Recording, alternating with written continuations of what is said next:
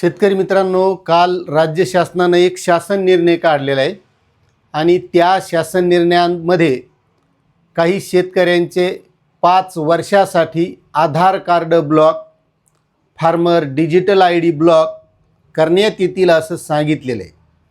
आता ते तर आपण बघणारच आहोत, पण जर त्या शेतकऱ्यांचा फार्मर ID बंद केला किंवा आधार कार्ड जर ब्लॉक केलं आणि तेही 5 वर्षासाठी, तर मग त्या शेतकऱ्यांना ज्या काही पीक विमा योजना असेल, अतिवृष्टीचं अनुदान असेल, महा-DBTच्या योजना असतील, ह्यासुद्धा बंद होतील.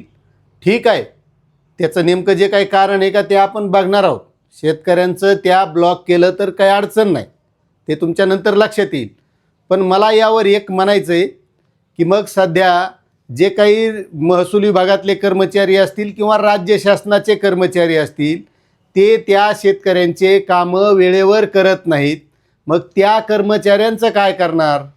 किंवा जो काही शेतकऱ्यांना कोणत्याही कामाबद्दल त्रास होतो, शेतकऱ्याला महसूल विभागाचं काम करायचं असेल, त्या शेतकऱ्याला कोणत्या पीक कर्ज घ्यायचं असेल तर त्याचं त्याला वेळेवर मिळत नाही. मग त्यामध्ये ज्या शेतकऱ्यांची अडवणूक होते, मग त्या कर्मचाऱ्यांचं काय करणार? किंवा जे सध्याचे राज्यकर्ते, आता तुम्ही बघत असताल सध्या त्या कॅप्टन अशोक खरातच्या प्रकरणामध्ये कित्येक नेते, कित्येक कर्मचारी, कित्येक अधिकारीसुद्धा गुंतलेले आहेत. त्याचं काय होणार आहे? मग त्याच्याकडून नुसता राजीनामा घेतला म्हणजे झालं का? म्हणजे तुम्हाला वाटेल तसं तुम्ही करायचं. मग या शेतकऱ्यांचे आधार कार्ड ब्लॉक करणं किंवा फार्मर ID ब्लॉक करणं, ते पण कोणत्या कामासाठी? तर शेतकरी मित्रांनो, तो शासन निर्णय असा होता की शेत रस्त्यांची योजना, म्हणजे मुख्यमंत्री बळीराजा पानंद शेत रस्ता योजना आता महाराष्ट्रामध्ये राबविण्यात येत आहे. आणि यामध्ये ज्या शेतकऱ्यांनी रस्त्यावर अतिक्रमण केलेलं असेल, ते शेतकरी अतिक्रमण काढत नसतील, तर अशा शेतकऱ्यांचे 5 वर्षासाठी आधार कार्ड ब्लॉक आणि फार्मर ID ब्लॉक करण्यात येणार आहे. ठीक आहे, ज्या शेतकऱ्यांनी समजा स्वतःची जमीन सोडून शेत रस्त्यावर अतिक्रमण केलं असेल तर त्याच्याबद्दल काही अडचण नाही. मग हे जे काही अधिकारी आहेत, हे शेतकऱ्याचे कामं वेळेवर करीत नाहीत, शेतकऱ्यांना पीक विमा वेळेवर मिळत नाही, शेतकऱ्यांना महा-DBTचं अनुदान वेळेवर मिळत नाही. केंद्रीय कृषी म्हणतात शेतकऱ्यांना पीक विमा जर पीक विमा कंपनीनं वेळेवर दिला नाही तर त्या शेतकऱ्यांना 12% व्याज देण्यात येईल. पुन्हा कृषी मंत्री म्हणतात की शेतकऱ्यांचं उत्पन्न हे दुप्पट, तिप्पट, पाचपट झालेलं आहे. बरं, खरंच झालं आहे का? सध्याचे पंतप्रधान श्री नरेंद्रजी मोदी यांनी 2015मध्ये सांगितलं होतं की 2022पर्यंत शेतकऱ्यांचं उत्पन्न दुप्पट होईल. म्हणजे यांचा फक्त शेतकऱ्यांचं उत्पन्न दुप्पट होईल याच्यावरच बरे. खरंच झालं आहे का? आता सध्या कृषी मंत्र्यांनी सांगितलं आहे की शेतकऱ्यांचं उत्पन्न 5 पट वाढलं आहे, कोणी म्हणतं 10 पट वाढलं आहे. आता ते तोमर एक कृषी मंत्री होते, त्यानं तेच सांगितलं. म्हणजे तुम्ही म्हणता ते बस झालं असं समजायचं का? हे खरंच होतं आहे का? मग शेतकऱ्याच्या बाबतीत जे काही काम आहेत ते तसेच वेळेवर होतेत का? शेतकऱ्यांना आता कर्जमाफीचं आश्वासन निवडणुकीच्या अगोदर दिलं होतं, मग दिलं तसं तुम्ही केलं आहे का? मग तुम्ही शेतकऱ्यांचे जे काही आधार कार्ड ब्लॉक करायचे म्हणता किंवा फार्मर ID ब्लॉक करायचे म्हणता, म्हणजे त्या शेतकऱ्यांना त्या योजनांचा लाभ मिळाला नाही पाहिजे. मग तसे तुम्हीसुद्धा कामं तसे शेतकऱ्यांचे वेळेवर करणं गरजेचं आहे.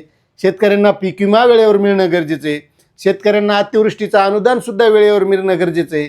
मग शेतकऱ्यांसाठी ज्या घोषणा केल्या जातात त्या घोषणा खरंच अस्तित्वात येतात का? त्यांची पूर्तता होते का? हा सुद्धा प्रश्न आहे.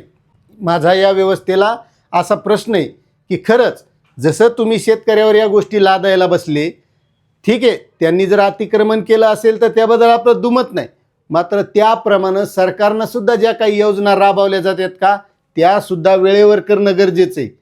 कारण आज शेतकऱ्यांना कर्जमाफीचं 2 लाख रुपयाचं आश्वासन दिलेलं आहे. जे नियमित कर्जदार आहेत त्याला 50,000 रुपयाचं प्रोत्साहन देऊ केले. मग त्या शेतकऱ्यानं काय चूक केली का भरून?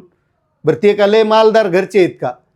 त्यानं इकडून तिकडून कुठून तरी पैसे आणून ते नियमित कर्ज भरलं असेल आणि त्याला 50,000 रुपयाचं प्रोत्साहनपर अनुदान आणि 2 लाख रुपयाची कर्जमाफीची घोषणा केली, पण ती बी कोणाला भेटन हे सांगता येत नाही. एक लक्षात घ्या शेतकरी मित्रांनो, त्याचे बी लय मोठे नियम निकष येते, ते आल्यावर तर आपण बघणारच आहोत. पण ह्या गोष्टी एक लक्षात घ्या की शेतकऱ्यांच्या बाबतीत कसे नियम कठोर केल्या जातात, मग तसं सरकारनं सुद्धा वागलं पाहिजे, सरकारी व्यवस्थेनं वागलं पाहिजे. आणि जर शेतकऱ्याला या गोष्टी जर वेळेवर मिळाल्या, आता तुम्ही टायमाला पेरणीच्या पाहत असताना खरंच शेतकऱ्याला पाहिजे ते खत त्या वेळेला मिळतं का हो? शेतकऱ्याजवळ का पैसे असतात का आधी उन्हाळ्यात घेऊन ठेवायला? कधीच नसतात. शेतकऱ्याला कुठंतरी पैसे व्याजानं घेऊन, कोण्या बँकेकडून कर्ज, पाहुण्या राहुण्याकडून इकडून तिकडून पैसे घेऊन हे सगळ्या गोष्टी कराव्या लागतात. मात्र त्याच शेतकऱ्यावर असे नियम लादले जातात. मग खरंच मला तुम्हाला प्रश्न विचारायचा आहे, सध्या जे काही सरकार कोणतंही असो, आपलं सरकार कोणत्या पक्षाचं याच्यावर काही देणं घेणं नाही, आपण या व्यवस्थेवर बोलत असतो. त्यामुळं ही खरंच व्यवस्था शेतकऱ्याप्रती इतकी चांगली आहे का? आता तुम्हाला याच्यावर काय वाटत आहे तुम्ही नक्कीच कमेंट करा. आणि आपली माहिती आवडत असेल तर सबस्क्राईब करा. जय जवान जय किसान.